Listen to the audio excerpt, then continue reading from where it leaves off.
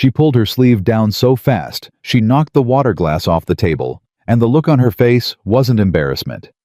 It was terror. Gideon Mercer had lived alone in the Montana wilderness for 11 years. He had faced down grizzlies, survived 3-day blizzards, and buried 2 horses with his bare hands. But nothing in that wilderness had ever made his blood run cold the way that single moment did. If you've ever loved someone who was hiding their pain, this story will stay with you. Subscribe to our channel, follow this story all the way to the end, and drop a comment telling us what city you're watching from. I want to see just how far this story travels. The stagecoach was 40 minutes late, and Gideon Mercer had already decided 3 times to go back inside. He stood at the edge of the road in the January cold hat, pulled low, hands shoved deep in his coat pockets, telling himself he wasn't nervous. He had filed the paperwork. He had exchanged the letters. He had done everything a man was supposed to do when he made up his mind to stop being alone. And yet, standing there waiting for a woman he had never laid eyes on felt more terrifying than any mountain winter he had ever endured. He heard the coach before he saw it, the crack of the driver's whip, the iron-rimmed wheels grinding frozen road, the labored breathing of horses pushed hard through the mountain pass. When it finally rolled to a stop in front of the Harlow Creek relay station, Gideon straightened his shoulders and pulled in a slow breath. The door swung open. She stepped out without assistance. That was the first thing he noticed. Most women waited for a hand down. She didn't. She descended the coach steps quickly, almost impatiently, as if she had long since stopped expecting help from anyone. She carried one worn leather traveling bag and a smaller case pressed tight against her side, like something she wasn't planning to let go of. Gideon stepped forward. "Mrs. Harper." She turned. She was striking in a way he hadn't anticipated. Dark hair pinned back beneath a plain wool hat. Eyes the color of winter river water, sharp and still at the same time. There was a quality to her face he couldn't immediately name.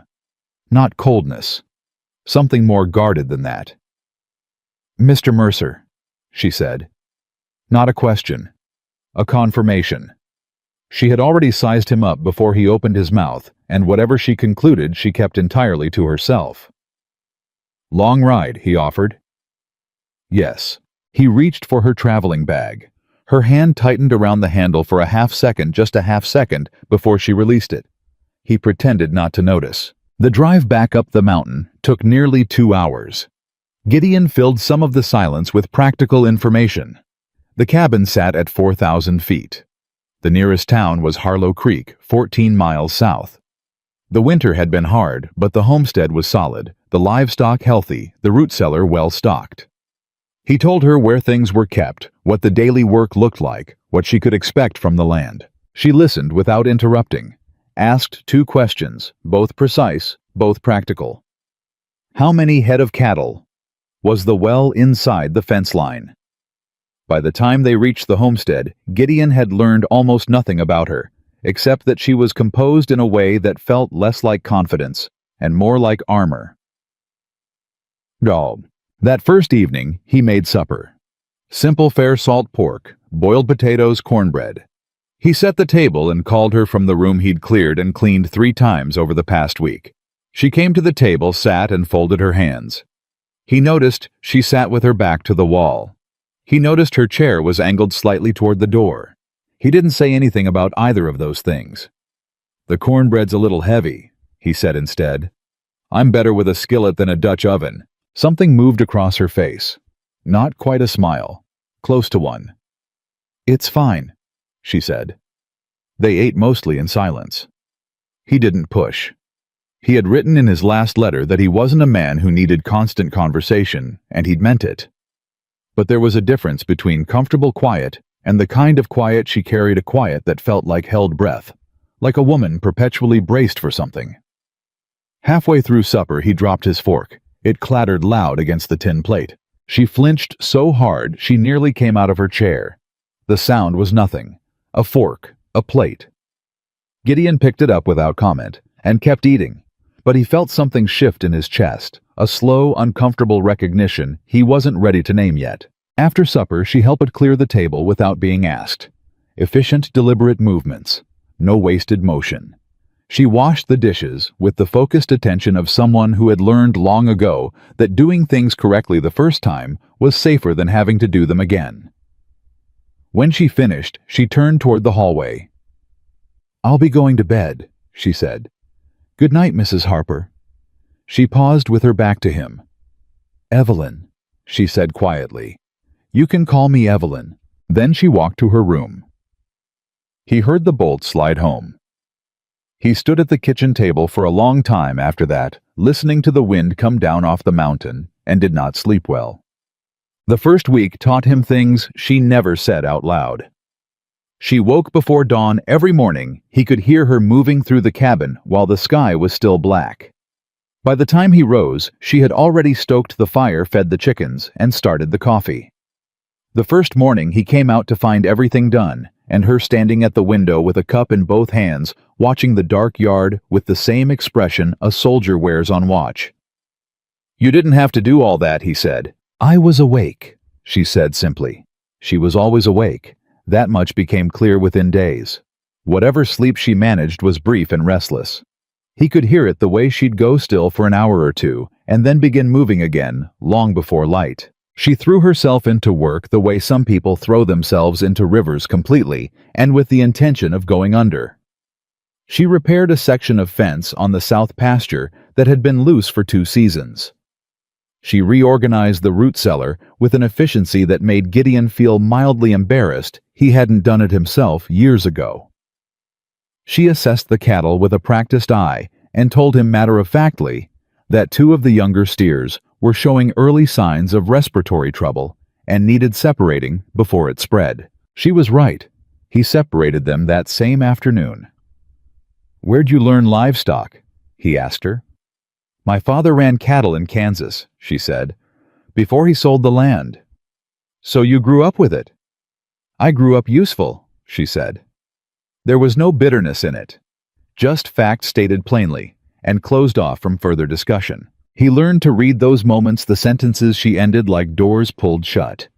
He didn't try to wedge them back open, he simply noted them and moved on, and he could tell by the way her shoulders dropped slightly each time that she noticed he wasn't pushing. It was the 3rd day of the 2nd week when he first saw the bruises. He hadn't been looking for them. He had no reason to be looking. He came around the corner of the barn carrying an armload of split wood and nearly walked into her where she stood at the pump washing her hands. Her coat was draped over the fence post. Her sleeves were rolled to the elbow. He stopped. He didn't mean to stare. He was moving past her before his eyes even fully processed what they'd seen. Pale skin, and against it the unmistakable yellowed shadows of bruising, old bruising fading but present from wrist to forearm. And beneath those fading marks, something older still. Pale lines, the kind that skin makes when it's healed over damage that went deep. She heard him stop. Her hands went still under the running water. Then she reached for her sleeves and pulled them down in one swift motion, and she turned to face him with an expression that was completely flat, controlled, and empty, in the way a person's face goes when they have practiced not reacting. "Need the wood stacked against the north wall," she said. Her voice was steady, perfectly steady. "Yes, ma'am," he said. He walked to the woodpile and stacked the logs exactly where she'd said, and when he turned back around, she was already gone. Bedtime. That night, he sat by the fire long after she'd bolted her door and tried to think clearly about what he'd seen. He wasn't a man who jumped to conclusions. He was a man who lived with difficult terrain and had learned to look at it honestly before deciding how to cross it. And what he'd seen on her arms was not the result of a fall. It was not the result of a single accident or a single season of hard work. What he'd seen was layered, accumulated, the kind of damage that takes years to collect. He thought about the bolt on her door. He thought about the way she flinched when he dropped the fork. He thought about how she never sat with her back exposed to an open room. How she always knew exactly where the exits were before she settled anywhere. How she held that smaller case against her side with the grip of someone protecting something irreplaceable. He thought about the fact that she was a widow, that her husband had died 2 years prior, and in all the letters they had exchanged, she had never once said anything about him. Not a memory. not a characteristic, not a single word that described who Amos Harper had been as a man. Gideon was not educated in the formal sense. He had no language for what he was beginning to understand. But he understood suffering. He understood the particular silence of a creature that had been hurt badly enough to stop expecting kindness. He made a decision that night, sitting alone by the fire with the wind screaming down the mountain outside. He would not ask. He would not push. He would not make her feel that she owed him the truth in exchange for a roof and a fire and a legal name on a contract. Whatever she was carrying, she had the right to carry it on her own terms. What he could control was this: she would never once have reason to be afraid of him. Not once. Not ever. Not in this house, on this mountain, in this life they were now technically sharing. He fed another log to the fire and sat with that decision until he felt solid enough to take it to bed. The second week bled into the third. Evelyn walked the boundary lines of the property every morning before full light. Rain freeze or gathering storm. She walked the perimeter of the homestead with deliberate attention, checking fence posts, scanning the tree line, studying the road that came up from the valley. Gideon watched her from the window the first 3 mornings before he understood what she was doing. She was making sure no one had come. She was checking for threats the way a hunted animal checks before it rests. On the 4th morning he walked with her. She didn't tell him to go back. She didn't say anything at all for the first 10 minutes. They walked the south fence together in the gray pre-dawn breath, clouding in the cold boots crunching over frost. Finally she said, "You don't have to do this." "I know," he said. Another stretch of silence. "The east fence has a soft post," she said. "It'll need resetting before the ground freezes any harder." "I'll get to it this afternoon," he said. And that was all. But the next morning he was at the door again before she left, and she waited for him without comment, and they walked the perimeter together in the cold gray dawn. It was during the 4th week that the incident happened with Darcy Tull. Darcy was a neighboring rancher, a broad-shouldered man who talked too loud and stood too close, and he rode up on a Tuesday afternoon while Gideon was out checking cattle on the far north pasture. Evelyn was alone at the cabin. Gideon returned to find her standing at the kitchen table, with both hands flat on the surface, breathing in the controlled way of someone actively managing themselves back from the edge of panic. The front door was bolted. All the shutters she could reach had been closed. "Neighbor came by," she said without turning around. "Darcy Tull." "What did he want?" "To see who you'd married." A pause. He walked around the cabin twice before he knocked. Gideon set his rifle against the wall. "Did he say anything to you?" "He said I looked too fine for mountain living." Her voice was utterly even. "He said it twice." Gideon didn't say anything for a moment. "I'll speak to Darcy." "You don't need to." "I'm going to anyway." She turned around then and looked at him directly for only the 2nd or 3rd time since she'd arrived. Her eyes were steady, but he could see the effort in them. "I handled it," she said quietly. "I want you to know that. I didn't hide, and I didn't fall apart. I bolted the door and I waited. But I handled it." "I know you did," he said, and he meant it completely.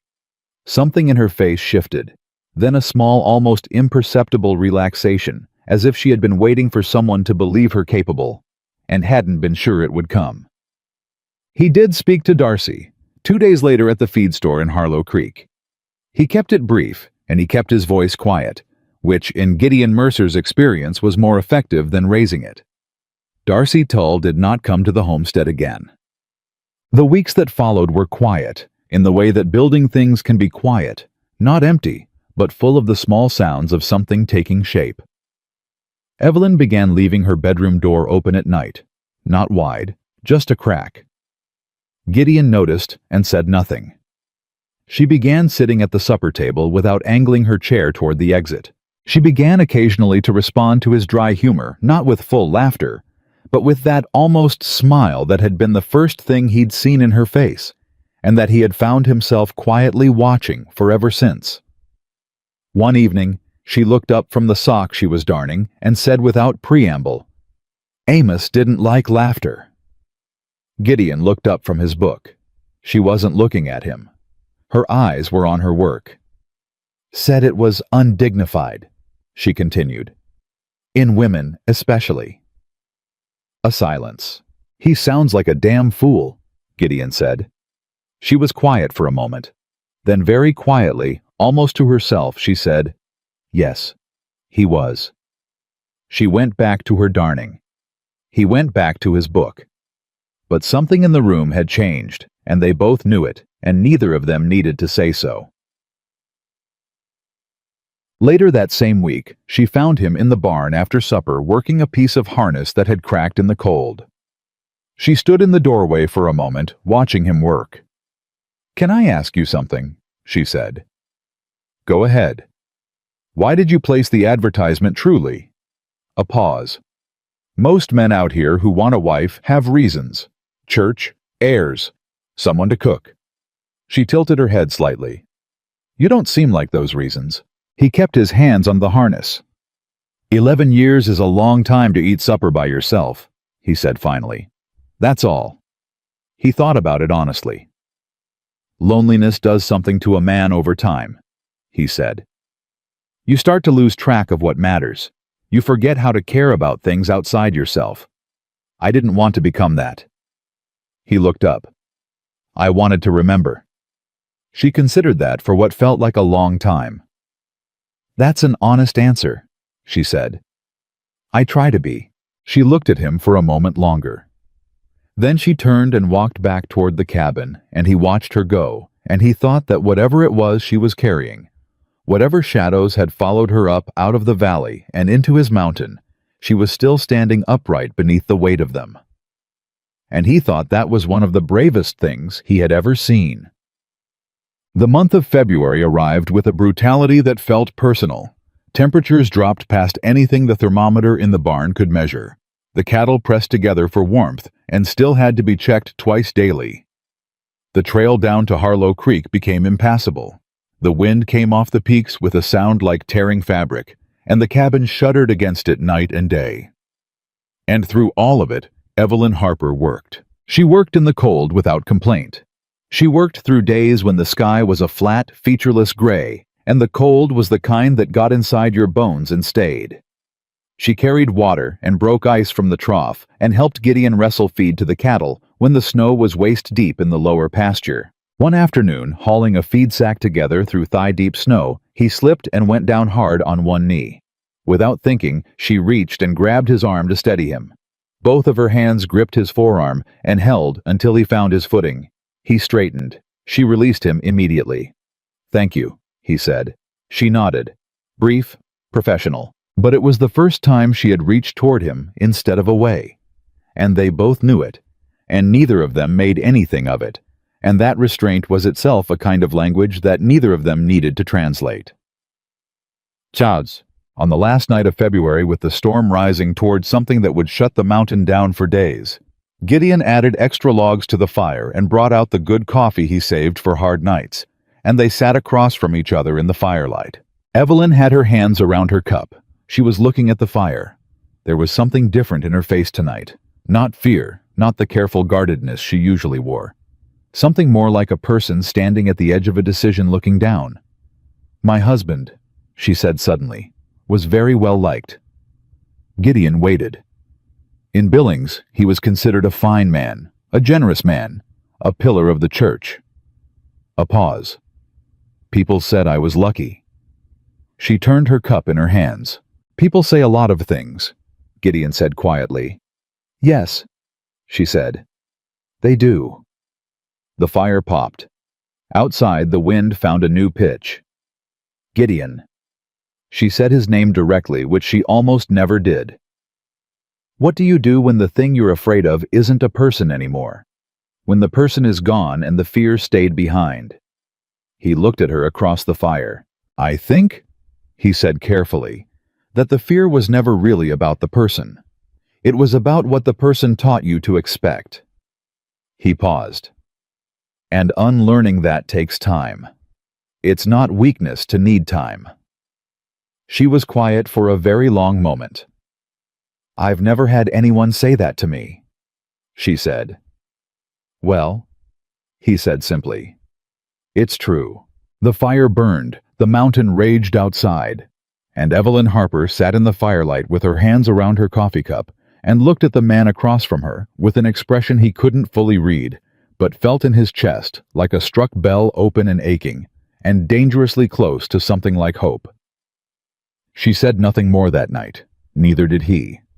But when she rose to go to bed, she paused in the doorway to the hall and looked back at him with those winter river eyes. And she did not bolt the door. She didn't bolt the door. Gideon noticed it the next morning. The way you notice a change in wind direction quietly, without making anything of it, but with a certainty that something had shifted that couldn't be shifted back. Her door stood open an inch, maybe two. And when she came out to the kitchen, she moved with the same practical efficiency she always did. Same straight posture, same hands already reaching for the coffee pot before she'd fully crossed the room. Nothing dramatic, nothing announced. But the bolt was open, and he felt that small fact settle somewhere beneath his ribs and stay there. He didn't mention it. She didn't mention it. They ate breakfast in the easy quiet that had slowly replaced the tense silence of those first days. And when she said the south fence needed checking after the night's wind, he said he'd take the east side if she took the west, and she nodded, like that was the most natural arrangement in the world. It wasn't lost on him that 3 weeks ago she wouldn't have suggested they split up to work. 3 weeks ago she'd kept him in her line of sight the way a person keeps the nearest exit in their line of sight. Progress, he thought. Small and real, and worth more than he'd let himself say out loud. The storm that had been building all of February finally arrived 2 days into March with the kind of fury that made argument pointless. It didn't just snow, it erased. It took the tree line and the fence posts and the distinction between ground and sky and reduced the world to a single howling white. Gideon got the cattle into the lower barn before the worst of it hit Evelyn moving alongside him the entire time, neither of them talking, because the wind made talking useless, both of them working in the wordless coordination of people who had started to understand each other's rhythms. When they finally came back inside, soaked through and half frozen, she went straight to the fireplace and he went straight to the stove, and within 20 minutes there was heat and dry clothes and the smell of coffee, and they sat across from each other without the performance of politeness that had marked those first weeks. "Lost 2 fence posts on the south side," she said, both hands wrapped around her mug. "I saw," he said. "Can't fix them in this. We'll get to it when it breaks."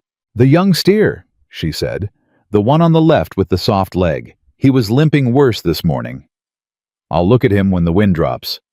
She nodded, sipped her coffee, said after a pause, "You move well in weather like this?" He looked at her. "So do you." She absorbed that for a moment, the way she absorbed most compliments, as if she were checking it for something hidden inside, before she decided what to do with it. Then she gave a small nod and looked back at the fire, and that was the end of it. But it wasn't really. Nothing between them ever fully ended at the point where the words stopped. Things simply went underground and kept moving. The storm lasted 4 days. 4 days of being inside together, and Gideon discovered things about Evelyn Harper that no letter had prepared him for. She read voraciously and everything. He had a small shelf of books above the fireplace, a collection assembled over 11 years of ordering from catalogs and accepting whatever the supply writer happened to bring, and she worked through them with the focused appetite of someone who had been rationed for a long time. She read a surveying manual with the same absorption she gave to a collection of English poetry. She read a cattleman's almanac cover to cover, and then went back and read particular sections again. "You're a reader," he said on the second day watching her. "Books were the one thing he couldn't take from me," she said without looking up. "He didn't see the point of them, so he left them alone." She turned a page. He didn't ask who she meant. He already knew. On the third day, she found his old harmonica in the drawer beside the fireplace where he'd left it 6 winters ago, and held it out to him with a slightly questioning look. "You play... used to. Badly. Play something." "I just told you I play badly." "I've been trapped inside for 3 days," she said. And there it was, the almost smile closer to a real one than he'd ever seen it. "My standards have dropped considerably." He took the harmonica. He played badly, as advertised, a loose, stumbling version of something that had started out as a hymn and ended up as something else entirely. But she sat across from him and listened with her hands in her lap and her eyes on the middle distance, and twice during the playing, he saw something move through her face that was softer than anything she'd shown him before. When he finished, she said, "My mother used to sing." He waited. "She died when I was 12, she said. After that, the house went quiet." She paused. "I married at 23. It didn't get louder." He set the harmonica on the table between them. "I'm sorry," he said. "Don't be." She said it without heat. "I'm only telling you so you understand that I haven't had much practice with." She gestured slightly vaguely at the space between them, at the harmonica, at the fire, at the improbable fact of two people choosing to be in the same room without either of them suffering for it. This. "Neither have I," he said honestly. She looked at him then fully, the way she rarely did. "That surprises me." "Why? You're—" She seemed to choose the word deliberately. "Decent. I didn't expect decent." "What did you expect?" A pause. Longer than usual. "I expected someone who needed something from me," she said finally. "Someone who had a list of requirements and a set of expectations and a particular mood that I'd need to learn how to manage." She looked back at the fire. "I didn't expect someone who just—" Another pause. "Let me be." The fire burned. Outside, the storm threw itself at the mountain with the mindless insistence of weather that knows no other way. "That's not a complicated thing to offer someone," Gideon said quietly. "No," she said. "It isn't." She looked at her hands. "But you'd be surprised how rare it is." The storm broke on the 4th day and left behind a silence so complete it almost had a sound of its own. They went out together to assess the damage, and the work of putting things back in order filled the next several days, completely resetting fence posts, checking cattle, clearing the accumulated weight of snow from the barn roof before it could cause a problem. It was during this stretch of hard shared work that Gideon noticed the second thing she did that she didn't know he was watching. She talked to the cattle, not in the sentimental way people sometimes talk to animals, but in the low, steady, specific way of someone who understood that living creatures responded to voice and tone before they responded to anything else. She'd move through the herd and speak quietly, assessing, naming, noting. "You're eating better this week." "That leg's looking steadier." "Come on then, stop your foolishness." The cattle responded to her in kind, following her movements with the calm cooperation they gave to very few people. He'd been ranching for 20 years, and he'd never seen a person get results like that in just 6 weeks. He said so. She straightened up from the calf she'd been examining and looked at him with an expression that was almost confusion, as if the observation didn't quite compute. "Animals don't lie to you," she said finally. "You treat them honestly, they respond honestly. It's—" She paused, restful. He thought about that for the rest of the afternoon. The idea of honesty being restful. The idea that it was remarkable enough to be noted. The second week after the storm brought the first real thaw, not a full break, not yet, but enough of a softening that the world began to feel less like a siege. The light lasted longer. The temperature climbed above freezing for full afternoons. And something in Evelyn seemed to breathe out in response, as if she and the mountain were operating on the same cycle. She started a kitchen garden plan. She drew it out at the table one evening with a stub of pencil, sketching the layout of what she'd grow once the ground was workable, where the root vegetables would go, where she'd put the herbs, how she'd extend the growing season with simple frames she'd build herself. Gideon watched her draw. "You've done this before," he said. "I wanted to," she said without looking up. "I wasn't allowed." A beat. Amos thought a kitchen garden was beneath the dignity of a church elder's wife. "We bought what we needed. He decided what we needed." She kept drawing. Her pencil moved with confident, unhesitating lines.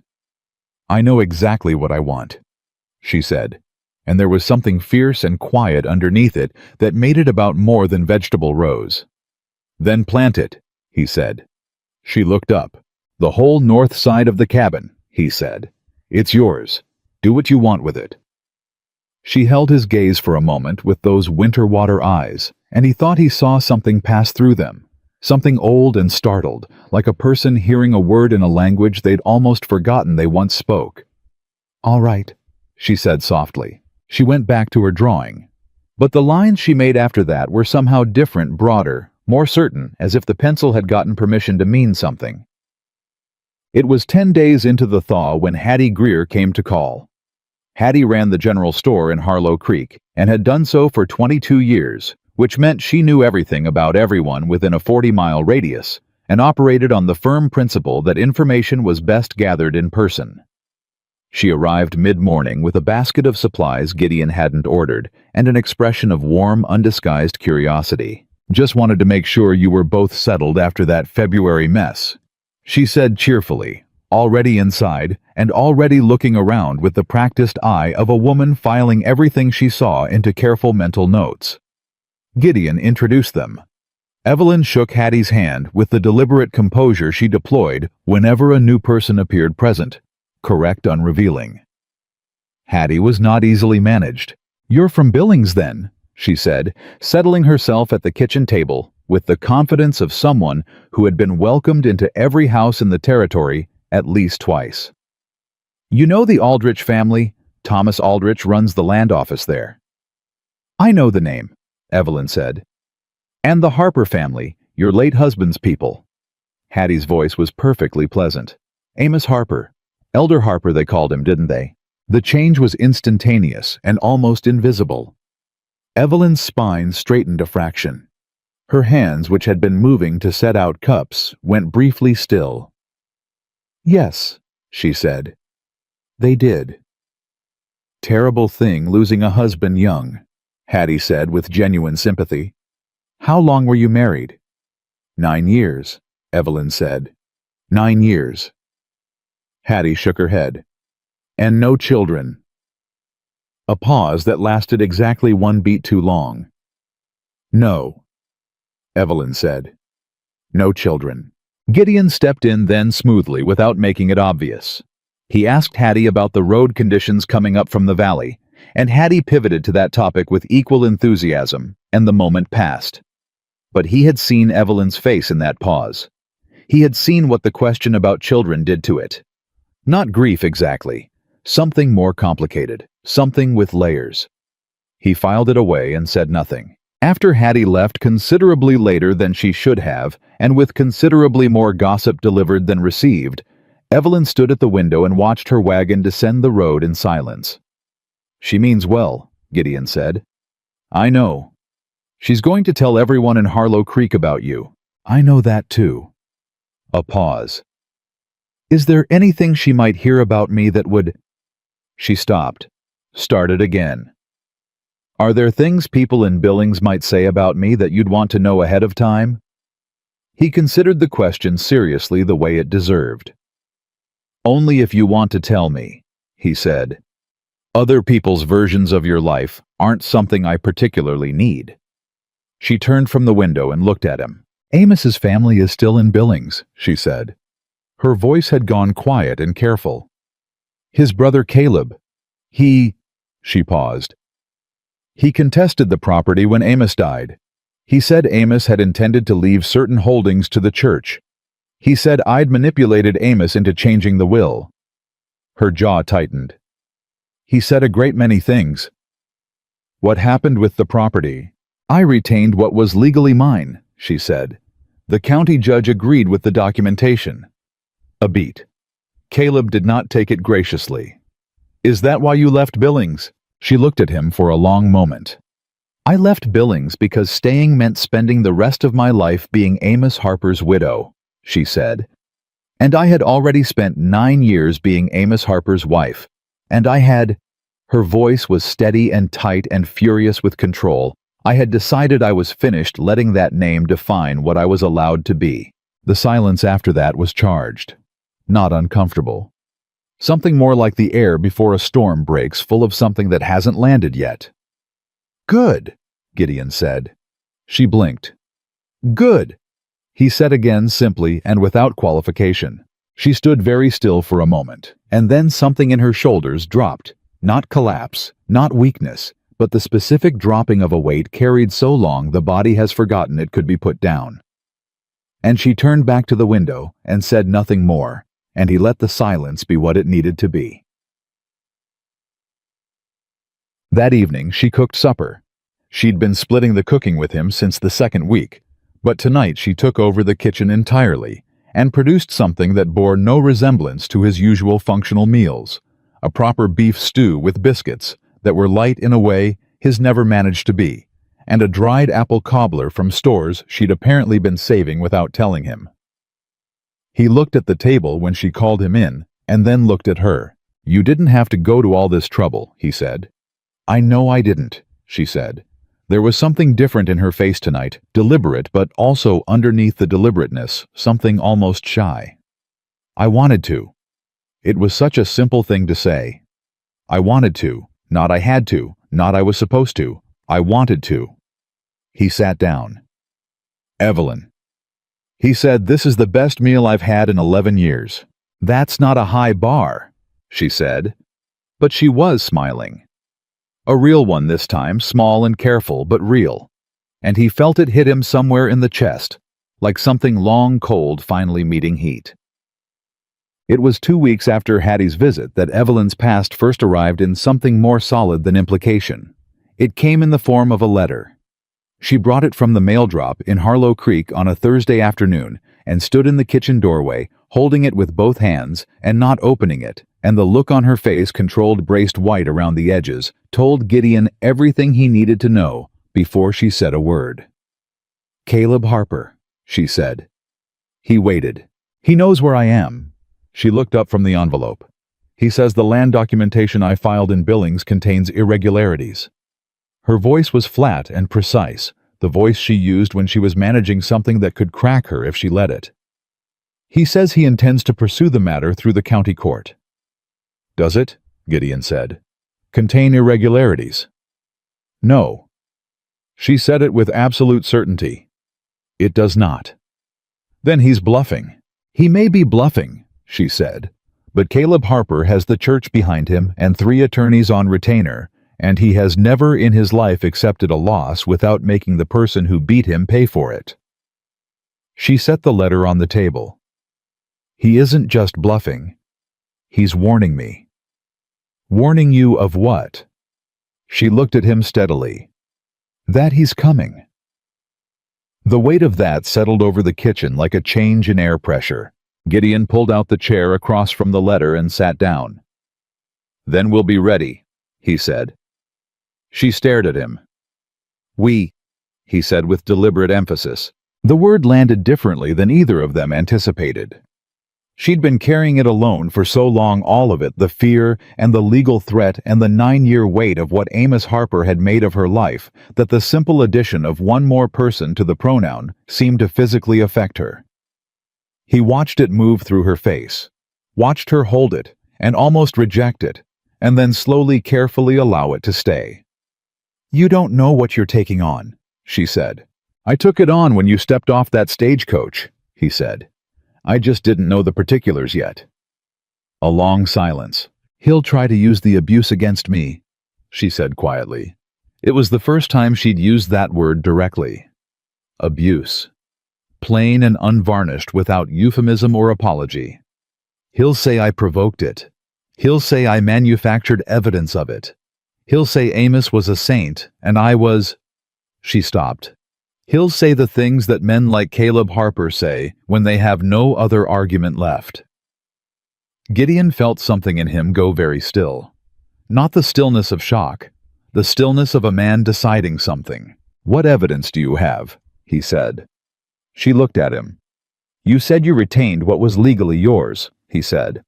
"What documentation do you have?"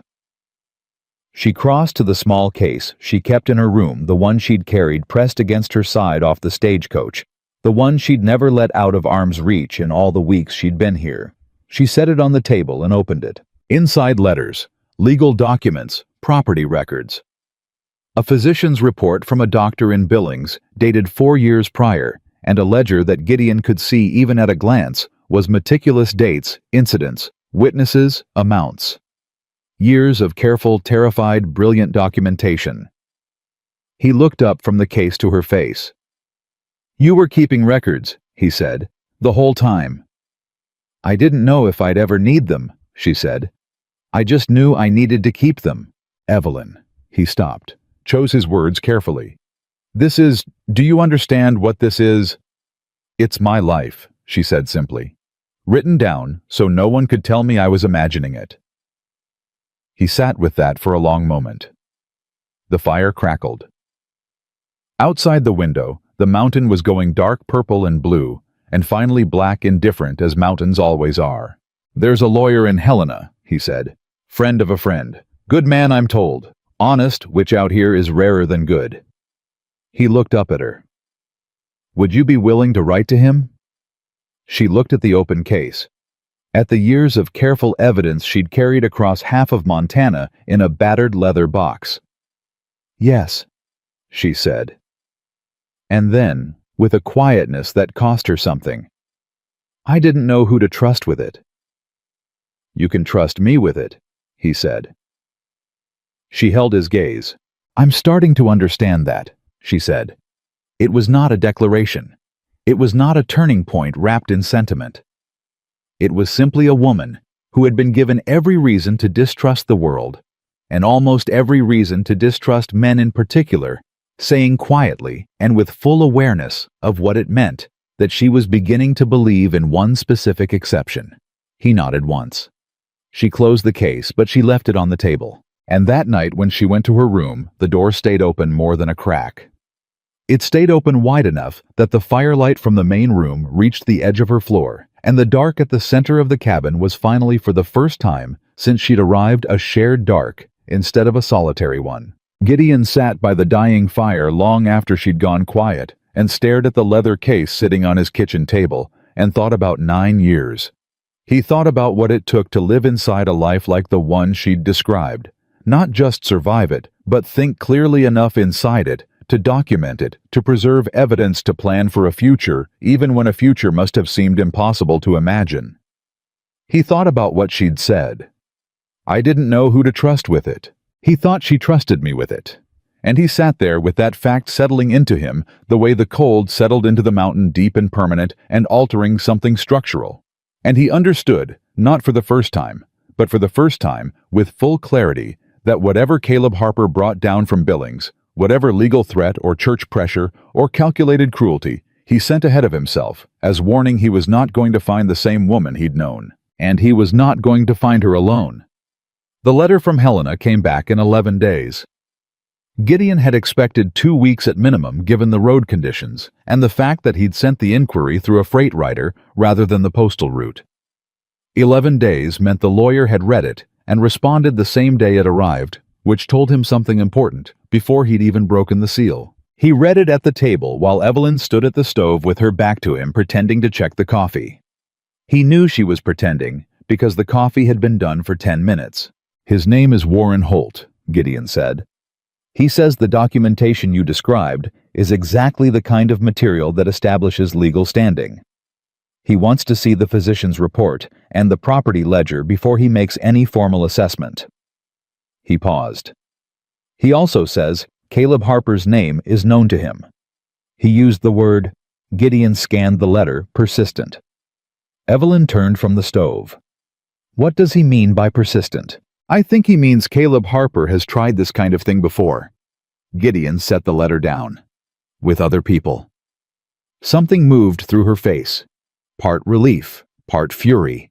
The particular combination of a person discovering they are not the only one, which should be comforting, and instead feels like an indictment of the world. "Who else?" she said. "He doesn't say. But he says he'd be willing to ride up here to review the documents directly rather than have you send them through a courier." He looked up. "That tells me he takes this seriously." Evelyn crossed to the table and picked up the letter herself. She read it twice, put it down, picked it up and read a specific section a third time with the focused attention she gave to things that mattered. "He's coming here," she said, "if you want him to." She set the letter down with the careful precision of a woman making a decision. "Yes," she said. "Tell him to come."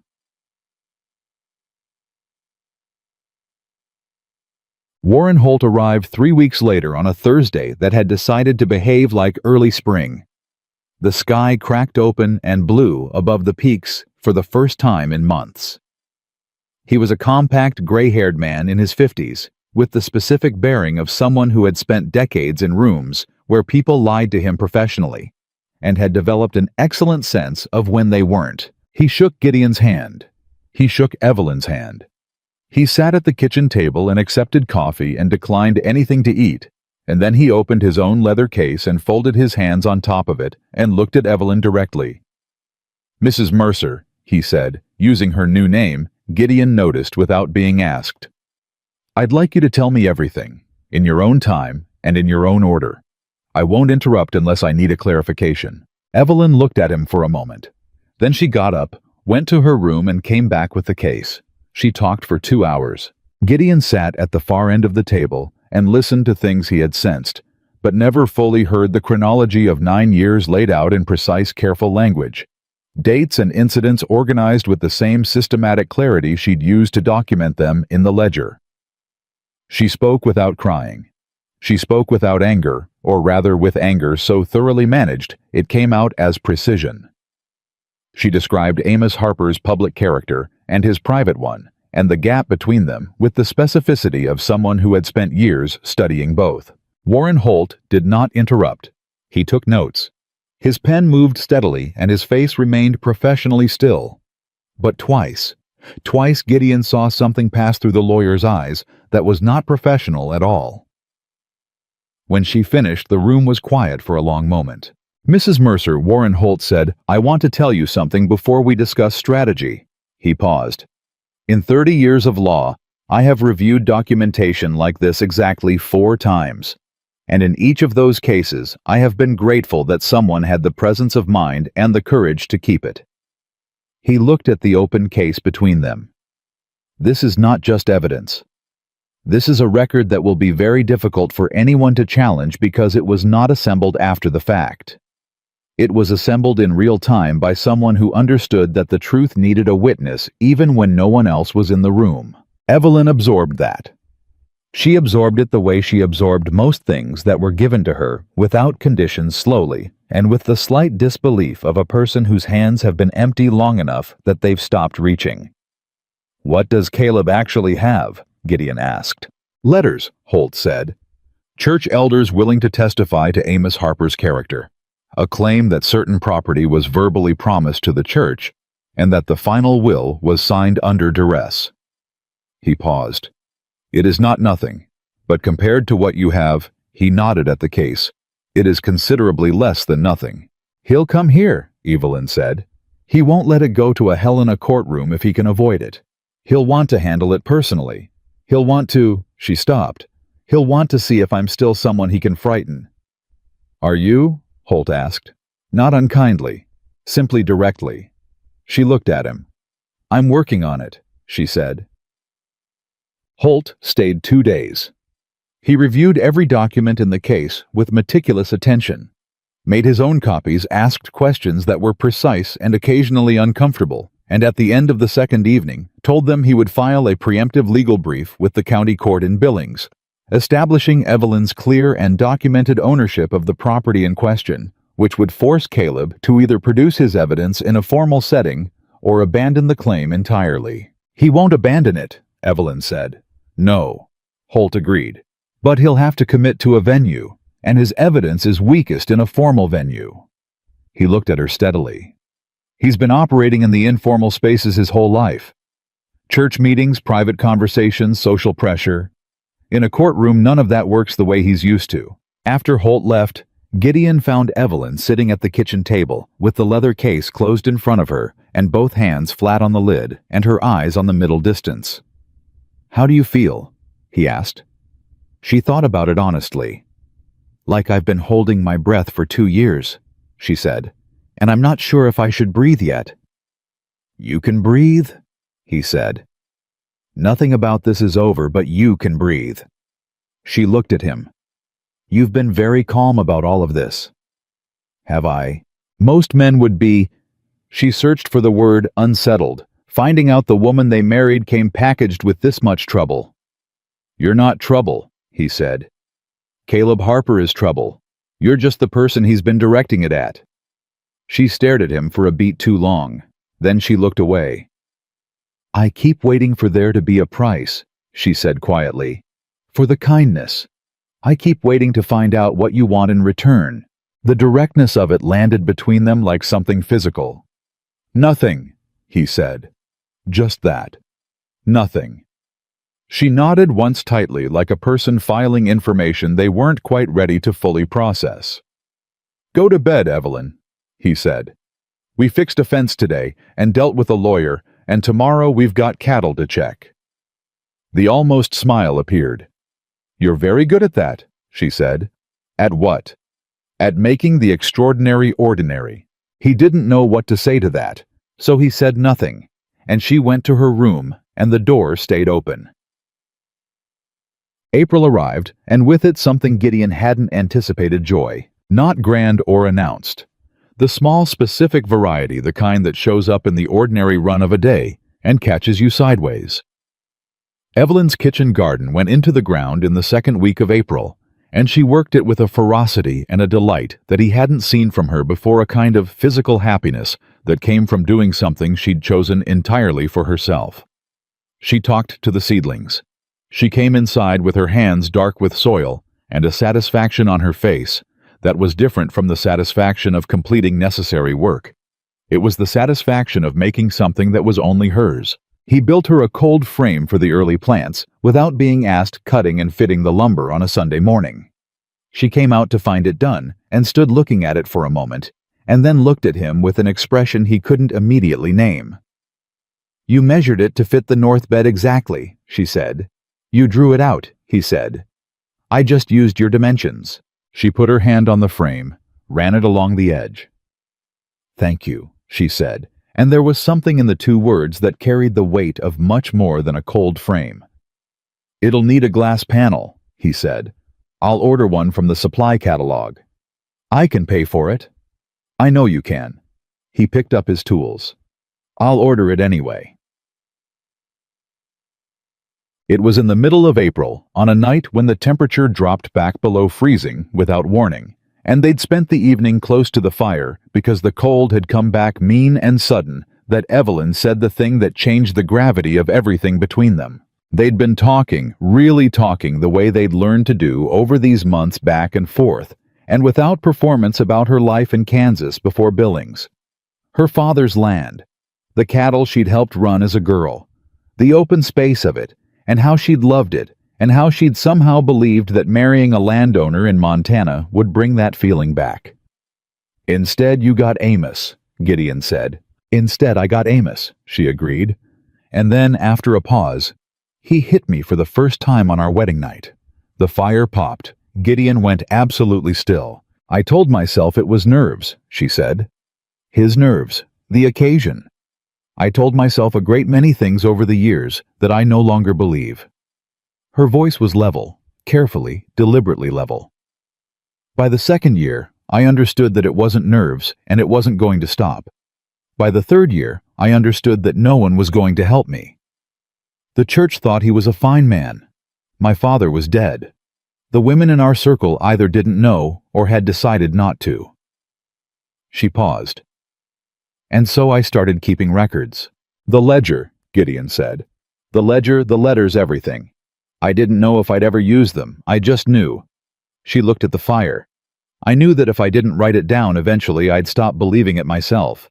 He was very," she chose the word with precision, persuasive, "about what I deserved, what I was, what I'd have without him." She paused. "I kept the records so I couldn't forget the truth." Gideon said nothing. He sat with it. "When he died," she said, and here her voice shifted, subtle but unmistakable. "I was in the kitchen. I heard him fall in the study. And my first—" She stopped. breathed, started again. My first feeling was not grief. She looked at her hands. I have been ashamed of that for 2 years. The silence was total. What was it? Gideon asked very quietly. She looked up at him. Relief, she said. It was relief, pure and complete. And I have spent 2 years believing that made me... Her jaw tightened. Made me something wrong. Something broken. Something that doesn't deserve. She gestured slightly, the same vague gesture she'd made months ago, meaning everything around them, meaning this. Any of this. Gideon looked at her for a long moment. Then he set down his coffee cup. He leaned forward with his elbows on his knees, hands clasped, and he looked at her directly. Listen to me, he said. His voice was low and entirely steady. Relief is what a person feels when the danger stops. That's all it is. That's all it ever is. He held her gaze. It doesn't make you broken. It makes you someone who survived something that should never have happened to you, and surviving it. He stopped, and when he started again, his voice had changed, roughened at the edges. Surviving it the way you did with your mind intact, and your records kept, and your dignity held together by sheer force of will, that is not something to be ashamed of. She was watching him with an expression he had never seen on her face before. Open, raw, unguarded in a way she hadn't allowed herself to be in his presence until this exact moment. Nobody has ever said that to me, she said. It came out barely above a whisper. It's the truth, he said. And then something happened that he would not have predicted and could not have prepared for. She started to cry. Not the careful, controlled leaking of a person who has taught themselves to cry silently and quickly and without witness. Real crying, the kind that comes from somewhere below thought. The kind that a body does when it has been holding something too long and the container finally gives. She pressed the back of her hand to her mouth and her shoulders shook, and the tears came in the way of something that had been damned for a very long time. Gideon did not move toward her. He did not reach for her hand. He sat exactly where he was close enough that she wasn't alone, far enough that she had full possession of her own grief. And he kept his eyes on her, not looking away, because she had spent 9 years with a man who made her invisible, and he was not going to do that, not even in the kindness of pretending not to see. She cried for a long time, and while she cried, something happened in Gideon Mercer's chest that he hadn't felt since he was a boy at his mother's grave. A pressure that built and built until it had nowhere to go. And he felt his throat close, and he felt his eyes burn. And before he understood what was happening, his face was wet. He didn't try to stop it. He had faced blizzards. He had set broken bones alone in the wilderness. He had put down animals he loved and buried them in frozen ground, and done all of it with the hard-faced endurance that the mountain required. He had believed for most of his adult life that the ability not to feel things too sharply was a form of strength. He understood now that he had been wrong. What he was feeling was not weakness. What he was feeling was the specific weight of learning what one human being could do to another over 9 years, and the specific miracle of the person those 9 years had failed to destroy sitting across from him, and finally allowing herself to fall apart in the presence of someone who was not going to use it against her. He reached up and pressed the heel of his hand briefly to his eye, not hiding it, just acknowledging it privately. But Evelyn, through her own tears, saw. She went still. She looked at him with her face open and wrecked and something new moving through it. "You're crying," she said. Not an accusation, not disbelief. More like a woman identifying something she had heard described but never seen with her own eyes. "Apparently," he said. His voice was rough. She stared at him. "Why?" she said. And she meant it genuinely. This woman, who had spent 9 years being told her pain was inconvenient and her suffering manufactured, asking with real bewilderment why her pain would move anyone else. He looked at her steadily. "Because what happened to you was wrong," he said. "And because you carried it alone for too long. And because you're sitting across from me right now instead of broken into pieces somewhere, and I don't know how you managed that, and it..." He stopped, jaw working. "It moves me, that's all. It just moves me." She looked at him for a very long moment. Then she reached across the space between their chairs, deliberate, slow, giving him every chance to misunderstand, and put her hand over his. Her hand was warm and calloused from the work and slightly rough from the cold, and it rested on top of his with the simple specific weight of a real thing. He turned his hand over under hers and held it. They sat like that for a long time in front of the dying fire on a freezing April night on a mountain in Montana, two people who had each spent too long learning not to need anything holding on. She didn't pull away first. He didn't either. The fire died down to coals, and the cold crept in at the edges of the room, and eventually she sat back and drew her hand into her lap and looked at it like she was taking inventory. "I haven't," she started. Stopped. "I haven't let anyone see that in a very long time." "I know." "It doesn't make me—" She looked up. "I'm not fragile. I want you to understand that." "I know you're not," he said. And then, with the careful honesty that had become the specific language between them, "I've never once thought you were fragile. What you just showed me doesn't change that. It adds to it." She absorbed that, nodded once. "All right," she said softly. She stood, smoothed her dress. The gesture was automatic, an old habit of reassembling composure, but tonight it looked different. Not armoring up. More like a person settling back into themselves after being somewhere difficult and finding the familiar territory of their own skin a reasonable place to be. "Good night, Gideon," she said. "Good night, Evelyn." She paused in the hallway. "Thank you," she said, "for not looking away." He didn't say anything. He watched her go. Her door did not close. Not an inch, not a crack. Wide open. He sat by the dead fire in the dark for a very long time, and he thought about 9 years. And he thought about the hand that had rested on his, and he thought about the extraordinary, ordinary courage of a woman who had decided one careful, careful step at a time to trust again. Outside the mountain was cold and vast and indifferent, as mountains always are. Inside, something had changed that neither of them would name yet, but both of them knew the way. You know, a season has turned not by a single moment, but by the accumulation of small, undeniable facts, that whatever came next, they would face it from the same side of the line. And somewhere down in Billings, Caleb Harper was sharpening his arguments and polishing his grievances and preparing to ride north. He had no idea what was waiting for him. Caleb Harper arrived on a Tuesday morning in the first week of May, and he did not come alone. He rode up the mountain trail with 2 men behind him. One of them, a young attorney. Gideon didn't recognize the other.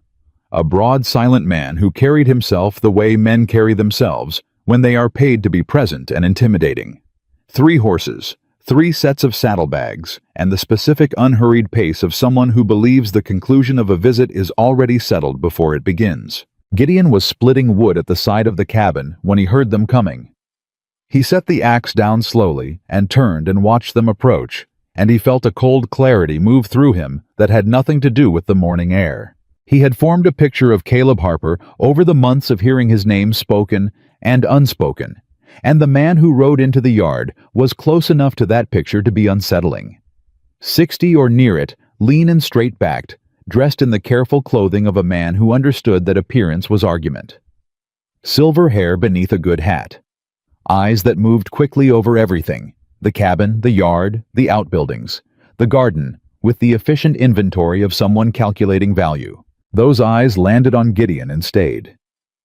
"Mr. Mercer," Caleb said, not a greeting, a notation. "Mr. Harper," Gideon said. Caleb dismounted without hurry and handed his reins to the silent man behind him. He looked around the yard again, deliberately taking his time. "Isolated up here," he said. "Long way from any kind of civilization." "We like it," Gideon said. "I imagine you do." Caleb's voice was smooth and unhurried, a voice trained by decades of church speaking to sound reasonable while saying unreasonable things. "I'd like to speak with my sister-in-law." "She knows you're coming," Gideon said. "She'll decide if she wants to speak with you." Something moved through Caleb's face, a brief tightening quickly managed. He was not accustomed to being made to wait on a woman's decision. The cabin door opened. Evelyn stepped out. She had dressed that morning with a deliberateness Gideon had noticed without commenting on her best dress clean and pressed her hair pinned up with more care than usual. Not performance, preparation. The way a soldier checks their equipment before a confrontation they know is coming. She stood in the doorway and looked at Caleb Harper across the yard.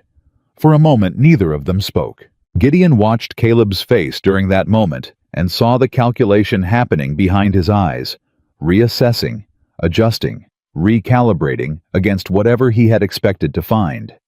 He had expected Gideon understood the woman from Billings, the woman who flinched and apologized and managed her fear in silence. He had ridden 400 miles expecting to find that woman on this mountain. The woman standing in the doorway was not that woman. "Caleb," Evelyn said. Her voice was even, completely deliberately even. "Evelyn." He recovered quickly. Men like Caleb always did. "You look well. The mountain air must agree with you."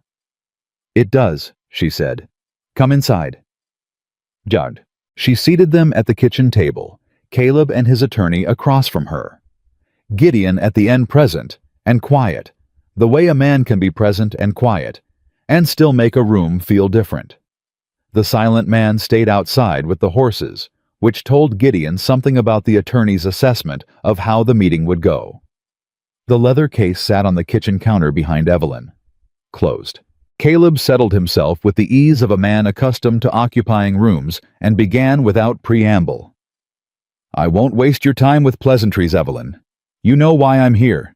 The property in the Billings deed the 40 acres on the east side of the Harper land, and the associated water rights was promised to the First Methodist congregation by my brother before his death. We have letters attesting to this. We have the testimony of 3 church elders who were present when Amos made that promise." He folded his hands on the table. "The current deed transfers those holdings to you alone.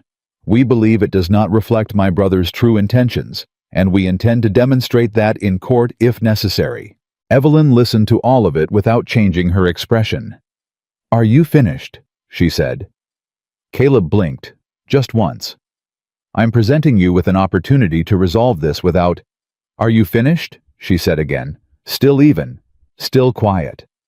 The repetition was not a question. Caleb closed his mouth. Evelyn turned to the counter and picked up the leather case. She set it on the table between them and opened it. She did not look at the documents inside. She knew them by heart, knew every date, every entry, every word. She had written them in darkness and in fear, and she knew them the way you know the things you created in order to survive.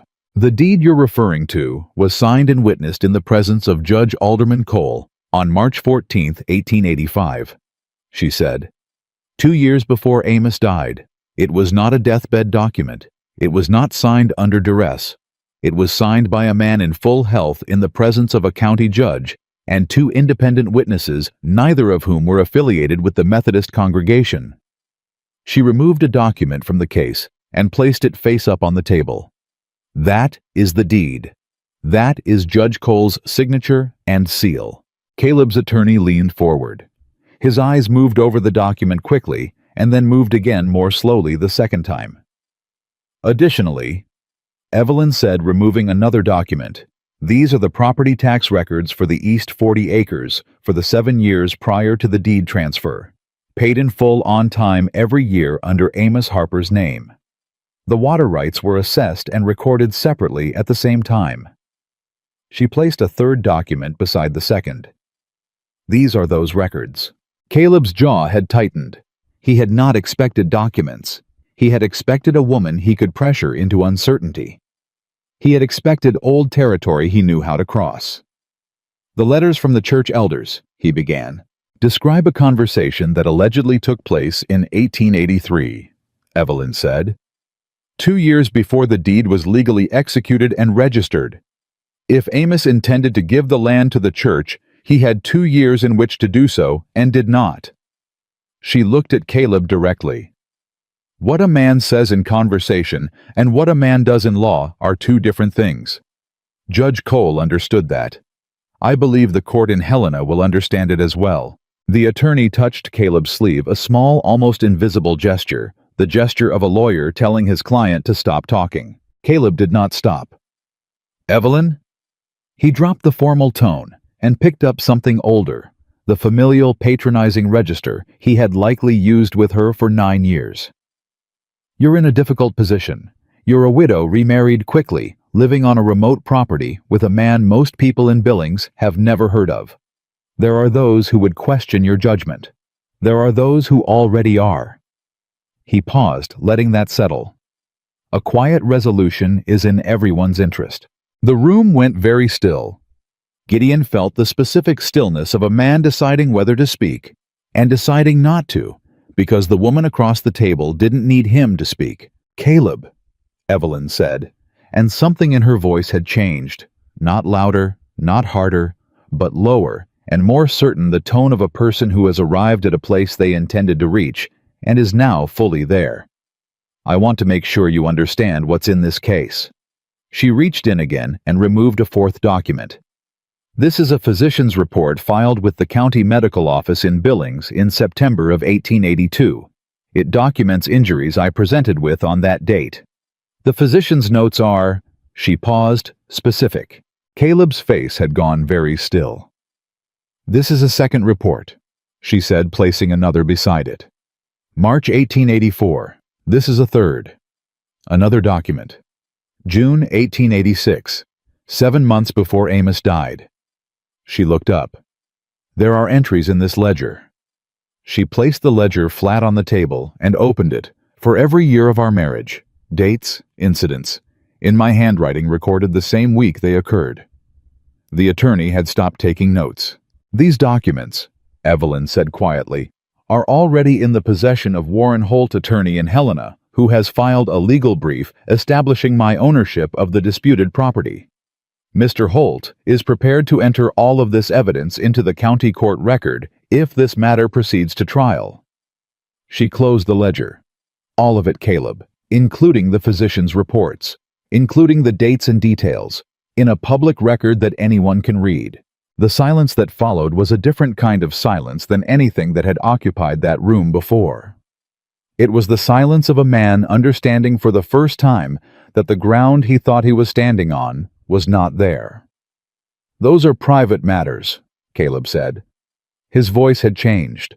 The smoothness was still there, but something underneath it had given way. "They were private for 9 years, Evelyn said. "I kept them private because I had no choice. I have a choice now." Caleb looked at her, really looked at her, the focused look of a man trying to find the woman he knew underneath the woman sitting across from him. "Amos was my brother," he said, and for the first time there was something in his voice that might have been genuine. "Whatever you believe about him." "I don't believe anything about him," she said. "I documented it. That's different." Caleb's attorney put his pen in his pocket. That was the moment Gideon knew it was over. A lawyer putting his pen away in the middle of a meeting meant one thing: there was nothing left worth writing down. Caleb sat for another moment. Perfectly still, perfectly straight, his composure intact in the technical sense, face arranged correctly, posture controlled but emptied of the weight that had been behind it. He looked like a man in a painting of himself rather than the man. "If this goes to court," he said finally, "the church's reputation is not my responsibility," Evelyn said. "It never was." Another silence. "You've changed," Caleb said. It came out without calculation, an observation involuntary and almost genuine. "Yes," she said simply. "I have." He looked at her for a long moment. Then he looked at Gideon, a sharp, brief assessment, and whatever he concluded, he kept to himself. He pushed back from the table and stood, and his attorney stood with him in the slightly hurried way of a man who wants to be moving before anything else goes wrong. "We'll be in contact with Mr. Holt," the attorney said. Professional, neutral, the voice of a man managing his client's exit with minimal additional damage. "He'll be expecting you," Gideon said. Caleb didn't speak again. He picked up his hat from the table where he'd set it, settled it on his head with the precise movement of a man reassembling his dignity piece by piece, and walked to the door. He paused with his hand on the frame, Amos wasn't only what you say he was, he said without turning around. I know, Evelyn said. He was also charming and well-liked and generous with other people's admiration. I lived with both versions. A beat. The documents describe the one the rest of you didn't see. Caleb walked out. The sound of 3 horses leaving the yard came and then faded and then was gone, and the kitchen was quiet, and Evelyn sat at the table with the open leather case in front of her and her hands flat on either side of it. Gideon watched her. She didn't move for a long moment. She was looking at the documents spread out between them. The physician's reports, the ledger, the deed, the tax records, all of it laid out in the morning light like a map of a country she had survived. Then she exhaled. It was the longest, most complete exhale he had ever heard from a human body.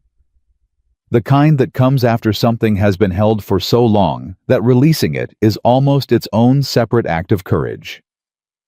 He's going to withdraw the claim, she said. Not a question. His attorney put his pen away, Gideon said. It's done. She nodded slowly. Her eyes were dry. She had cried on an April night by a dying fire, and she had said the things that needed saying, and she had already done the grief that was hers to do. What she was feeling now was something else. He could see it moving through her face, slow and wide, and slightly bewildered. I've imagined that conversation for 2 years, she said. Imagined it going wrong. Imagined him finding some angle I hadn't prepared for. Imagined... She stopped. I imagined a lot of things. How did it feel? Gideon asked. The real version. She thought about it honestly, the way she always thought about things that mattered. Smaller than I expected, she said. He was... She paused. Smaller than I expected, without Amos behind him, without the church wall behind him. She looked up. I kept waiting to feel afraid, and I didn't. You've been preparing for that conversation since before you left Billings, he said. You did the work. We did the work, she said with a directness that surprised him. He looked at her.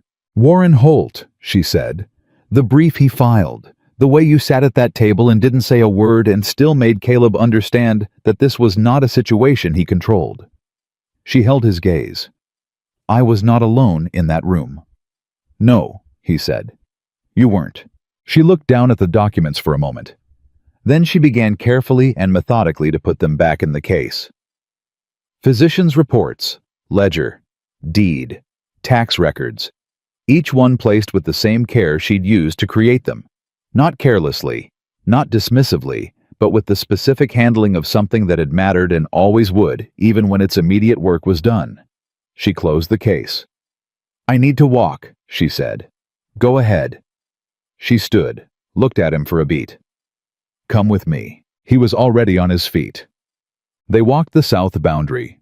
First the fence line she'd walked every morning in the dark since she arrived, checking for threats that had never materialized. The morning had opened up warm and genuine, and the mountains were doing what they occasionally did in May, which was offer the world without apology. Blue sky and clean air, and the smell of things working their way back toward green. She walked with her hands at her sides and her face forward, and she didn't speak for several minutes, and he didn't either. I kept that case under my bed for 2 years in Billings, she said finally.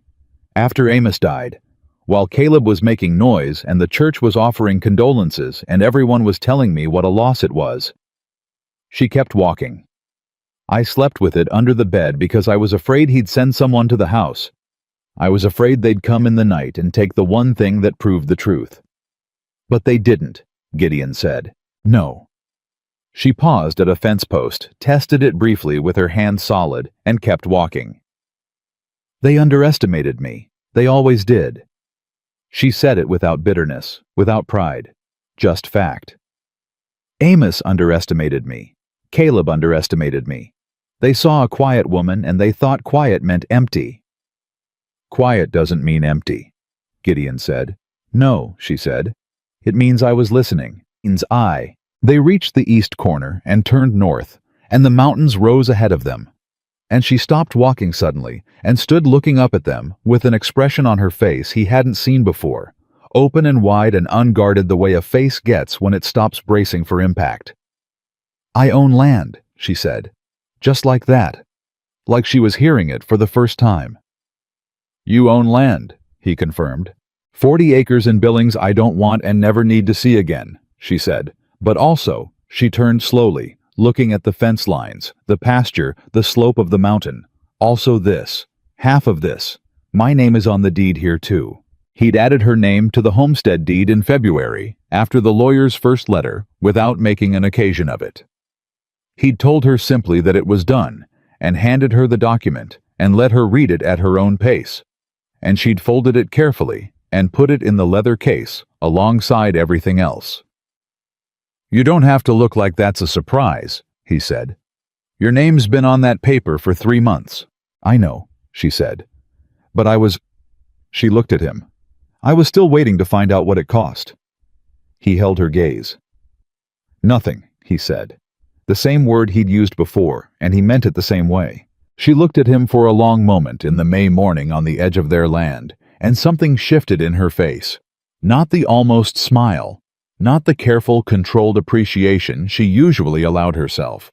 Something more direct than that.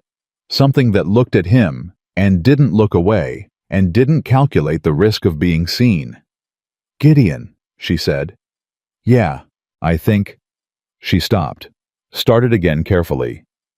"I think I would like to stop being your wife on paper and start being your wife, in fact." She said it levelly, watching him. "If that's something you want." The wind moved through the grass between them. He looked at her, this woman who had arrived on a stagecoach in January, with a bolted door and a leather case, and the specific courage of someone who had decided to keep living even when living was the harder choice. "That's something I want," he said. She nodded once. Her chin came up slightly. "All right then," she said. No performance, no drama. Just two people standing on their own land in the mountain air, deciding the same thing at the same time. She turned and started walking back toward the cabin, and he fell into step beside her, and their shoulders were close enough to touch, and occasionally did, and neither of them moved away from it. Behind them, the mountain stood as they always had, indifferent, immovable, vast. But the two people walking along the fence line of the south pasture were none of those things, and that was the point, and both of them knew it.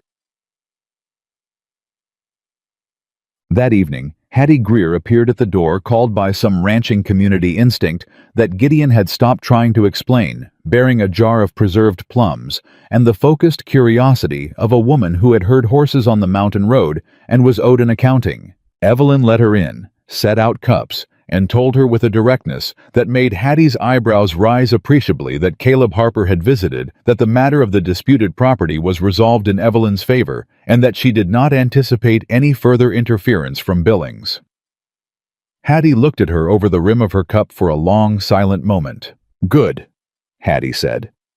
Then, with the frank warmth of a woman who had formed an opinion and was prepared to stand behind it, "I never liked the sound of him."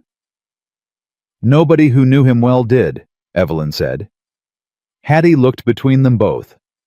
Gideon at the end of the table, Evelyn across from her with the experienced eye of a woman who had watched couples for 22 years from behind a general store counter. Whatever she saw, she seemed satisfied by it. "You'll be all right up here," she said. Not a question. "Yes," Evelyn said. "We will." After Hattie left, Evelyn stood at the window and watched the wagon go, and there was something about the set of her shoulders that Gideon hadn't seen before, not the straight-backed, controlled posture of a woman bracing against impact. Something more settled than that. Something that looked for the first time like a person standing in a place they had chosen and intended to stay. He came to stand beside her. "She'll tell everyone in Harlow Creek," he said. "I know," Evelyn said. And she didn't sound afraid of it. She sounded, he thought, almost fine with it. Almost like a person who had decided that her story was hers to be told, and that the telling of it was not a loss, but a reclamation. The mountains outside the window held the last light of the May evening, and the garden she had planted in the north bed was already showing the first green edges of what it intended to become. And inside the cabin, something that had been building since January, slowly and honestly, and at the pace that real things grow, had finally solidly arrived. Warren Holt's letter arrived on a Friday morning in the second week of June, and Evelyn read it standing at the kitchen counter without sitting down, which told Gideon everything before she said a word. She read it once. Then she set it flat on the counter and pressed both palms down on either side of it, and looked at the wall for a moment, with the expression of someone absorbing something too large to take in all at once. "Caleb withdrew," she said. "Officially. Filed with the court in Billings on Wednesday." She turned around. "Warren says the church elders declined to testify once the physician's reports were entered into the preliminary record. Apparently the prospect of having those details made public was—" She paused, choosing the word carefully, persuasive. Gideon nodded slowly. "It's over," she said. She said it the way you test ice before you put your full weight on it, carefully expecting it to give. "It's over," he said. She looked at him. The morning light was coming through the window behind him, and she stood there with both hands still on the counter and the letter between them, and her face did something he had been watching it do for months. It opened. Not all at once, not completely, but further than it had before. A fraction more of the guard coming down in the particular way of a door that's been stuck for years and is finally moving on its hinges. "I don't know what to do with that," she said honestly. "You don't have to do anything with it today," he said. She picked up the letter, folded it, walked to her room and came back with the leather case, and she opened it and placed the letter inside with the same care she'd used to place every document before it. And then she did something she had never done. She closed the case, crossed to the shelf above the fireplace, where he kept the almanacs and the surveying manuals, and the battered collection of books she'd worked through in the months since she arrived, and she set the case on the shelf among them. She stepped back and looked at it sitting there. "I don't need it under the bed anymore," she said. Quiet. Factual. The most consequential sentence she'd spoken in months. He didn't say anything. He just watched her stand there looking at the shelf and understood that what he was witnessing was not a small thing dressed up as a small thing. It was a woman deciding in real time that the emergency was over, that she could stop waiting for the floor to give way, that she was allowed to live here now, fully, without one hand always braced for the fall. June on the mountain was a different animal than the months that had come before it. The cold broke the way it always did at that elevation, not gradually, but in a single committed turn, like a decision finally made, and suddenly the world was green and loud with it. Birds and wind, and the cattle restless in the upper pasture, and Evelyn's garden in the north bed, coming up in earnest row after deliberate row of what she'd planned on paper through the long February. She was out there every morning now, not in the pre-dawn dark, checking for threats, but in the early light for the pleasure of it. He'd watch her through the kitchen window while the coffee came up crouched between the rows, talking to the plants in the low specific way she talked to the cattle. Completely unself-conscious, completely absorbed. He brought her coffee one morning, and she took it without looking up from the bean seedlings she was examining. "They're coming in strong on the south end," she said. "The cold frame made the difference." "Told you it would." "You did." She glanced up then, and the morning was in her face the way mornings get into the faces of people who are no longer afraid of them, openly generously. "I want to expand it next spring. Double the north bed and add a section along the east wall. We'll need more lumber. I know, I'm going to write to the mill in Harlow Creek next week." She went back to the seedlings. "I've been drawing up the measurements." He stood there with his own coffee and looked at her crouched in her garden, planning next spring, and felt something move through him that was quiet and enormous. At the same time, the specific feeling of witnessing a person inhabit their own future. She was not surviving the present. She was building what came after it. She was planning spring from the middle of June, the way a person plans who expects to be there. It had taken her 5 months to get here. 5 months since the stagecoach, since the bolted door, since the fork that clattered and made her flinch half out of her chair. He had watched every inch of that distance covered, and he understood with the absolute certainty of someone who has watched a hard thing done well that what she had accomplished was extraordinary. He didn't say any of that. He drank his coffee and told her the east wall got good afternoon light, and she said she knew she'd been watching it, and they talked about lumber prices for another 5 minutes, and then he went to check the cattle, and she went back to her seedlings. But the coffee sat warm in his chest the rest of the morning, and the feeling didn't leave. It was Hattie Greer who brought the news that created the next complication, because it was always Hattie Greer, and the mountain had apparently decided that 5 months of building something real deserved at least one more test before it let them rest. She came on a Wednesday in the 3rd week of June, and this time she didn't have preserved plums, and she didn't sit down, and the look on her face was the look of a woman who has information she considers urgent enough to override social pleasantries. "There's a man been asking about you in Harlow Creek," she said to Evelyn, barely through the door. "Came into the store yesterday. Said he was a journalist, from a paper in Helena." Evelyn went still. "What was he asking?" Gideon said. "About Evelyn, about the Harper name, about the property dispute." Hattie looked between them. He knew about Caleb's visit. He knew it had been withdrawn. He was asking whether there was more to the story. She paused. He used the words, church scandal. The kitchen was quiet. "Who sent him?" Evelyn said. It wasn't a question. "I don't know," Hattie said. "But I can tell you he was taking notes, and he'd already spoken to 2 other people in town before he came to me." "What did you tell him?" Gideon asked. Hattie drew herself up with the dignity of a woman who has operated a store on the frontier for 22 years and knows better than most when to talk and when to close her mouth. "I told him I didn't know anything about anybody's business but my own," she said, "and that if he planned to print things about people in this territory, he'd better be very certain of his facts, because the people up here had long memories and short patience for nonsense." "Thank you, Hattie," Evelyn said quietly. After Hattie left, Evelyn sat at the table with her hands around a cup she wasn't drinking from, and Gideon sat across from her, and they looked at each other in the way of 2 people who had gotten good at reading each other's silences. "It could be Caleb," he said, trying a different angle. "It could be," she said. "Or it could be someone at the church who's afraid of what a public record means." She paused. "Or it could be a journalist who heard a rumor and is following it honestly." "Which do you think?" She thought about it. "It doesn't matter," she said, and something in her voice surprised him steadier than he expected, and underneath the steadiness, something that sounded almost like resolution. "It doesn't matter who sent him or why. What matters is what the story actually is." She looked up. "And I know what the story actually is. I documented it for 9 years." He watched her. "I've been afraid of this," she said. "Of the story getting out, of people knowing." She turned the cup in her hands. "But sitting here right now, I can't find the fear the way I used to. I keep reaching for it, and it's diminished. It's still there, but it's—" She stopped. "It's smaller than I am now." He leaned back. "What do you want to do?" She looked at him directly.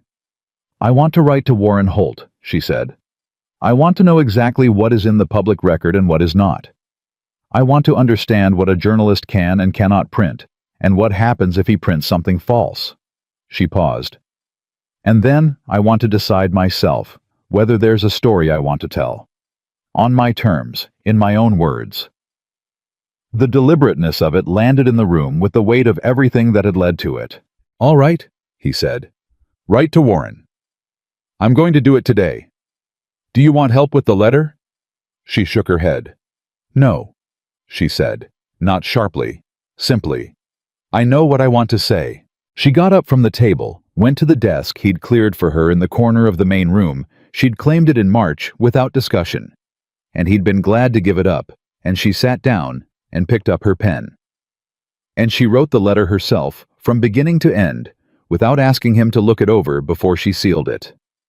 He found something to do on the other side of the room and left her to it, and the scratch of the pen on the paper was one of the best sounds he'd heard in months. Warren Holt's response came back in 8 days and was thorough, practical, and characteristically direct. The physician's reports and the ledger had been entered as evidence in the preliminary brief, which made them part of the official county record, and therefore a matter of public access. A journalist could request them. A journalist could print what they contained. And if a journalist printed false information, there were legal remedies, but they were slow and expensive and imperfect. He also says, Evelyn told Gideon, reading from the letter at the supper table, that in his experience, when someone controls their own narrative before someone else controls it for them, the outcome is almost always better. She looked up. He thinks I should consider speaking to the journalist myself. Gideon said nothing. He cut a piece of bread and waited. He thinks I should tell the story, she said. My version. Before Caleb's version, or the church's version, or whatever version a journalist in Helena assembles from second-hand sources becomes the one people remember. What do you think? Gideon said. She put the letter down. I think I'm tired of my life being a story other people tell, she said. I've been a story in Billings for 9 years. Amos's devoted wife, then the grieving widow, then the difficult woman who contested the will. She looked at him steadily. I would like to be the person who tells the truth once clearly in my own voice and then be done with it. Then do it, he said. She folded the letter with the same precision she applied to everything that mattered. It scares me, she said with the directness she'd developed over these months, the willingness to name fear without letting it make the decision. I know, he said. I'm going to do it anyway, she said. I know that too, he said. The almost smile appeared, and then became a real one. Full and unguarded, the smile that had been making its way toward the surface since January, and had finally, somewhere in the last few weeks, decided to stay. She wrote to the journalist herself. She set the terms she would speak to him once at the homestead with Gideon present on the record about what her marriage had been, and what her documentation contained, and what the legal outcome had established. She would answer questions she chose to answer. She would not answer questions she didn't. He came on a July morning, a young man younger than she'd expected, with an earnest face and a notebook, and the slightly nervous energy of someone who had agreed to terms he wasn't sure he fully understood, until he was sitting across from the woman who'd set them. She talked for an hour and a half. Gideon sat at the end of the table and watched her do it. Watched her describe 9 years with the same measured precision she'd brought to every other hard thing. Watched her place the relevant facts in order without dramatizing them. Watched her answer the journalist's questions with the unhurried confidence of someone who has had a long time to understand their own story. The young man's hand moved steadily across his notebook. Twice he stopped writing and just looked at her. Twice he started to ask a question and visibly reconsidered it, understanding, without being told that certain things were not his to probe.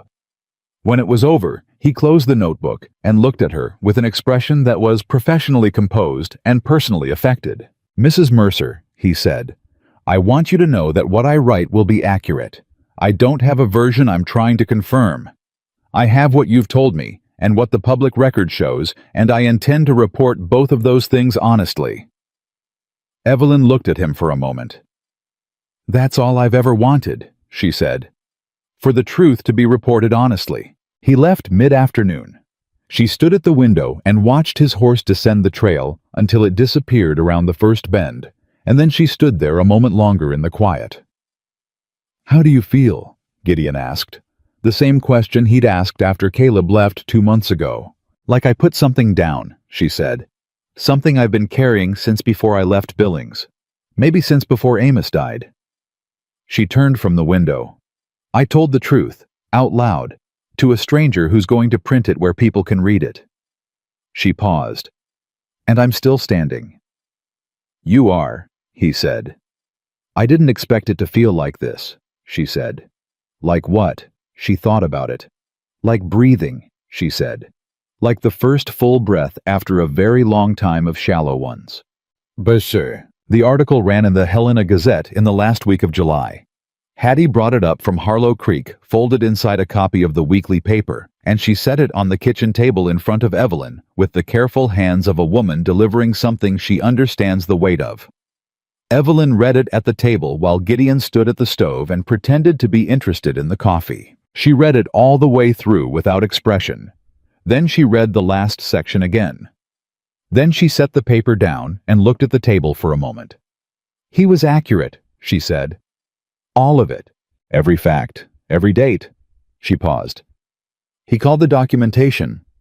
She picked up the paper and read, "Remarkable in its precision and completeness, the work of a woman who understood that truth requires a witness, and who appointed herself to that role when no one else would." She set the paper down again. He quoted Warren's brief. He quoted the county record. He mentioned Caleb's withdrawal without editorializing. And the church. He named the congregation. He noted that no elder agreed to speak on record. She was quiet for a moment. He called it a failure of institutional accountability. Those are his words, not mine. Gideon brought 2 cups to the table and sat. She was looking at the paper with an expression that was complex and layered, not quite relief, not quite vindication, something that encompassed both of those things, and went further. The expression of a person arriving at the end of a journey. They began in the dark, without knowing where the road went. "People in Billings will read this," she said. "Yes. People who knew Amos, people who told me I was lucky to have him." "Yes." She picked up her coffee. "Good," she said, with a quiet, unapologetic certainty that settled into the room like a closed door. August came, and with it the fullness of the mountain summer. The garden producing more than they could eat. Evelyn preserving and canning and organizing the root cellar with the focused satisfaction of someone building something that will last through winter. She'd ordered 2 new reference books from a catalog in Helena, one on land management, one on water rights law, and she read them in the evenings with the same appetite she'd brought to everything on his shelf. She rode now.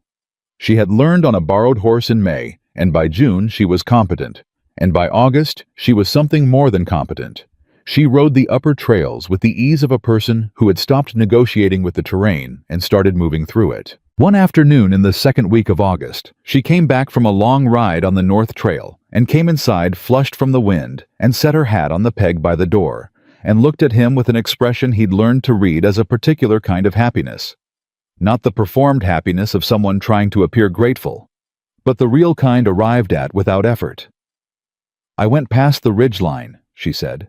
"The high one, the highest one." She poured water, drank. "You can see 3 valleys from up there, all the way to the northern range." She turned around.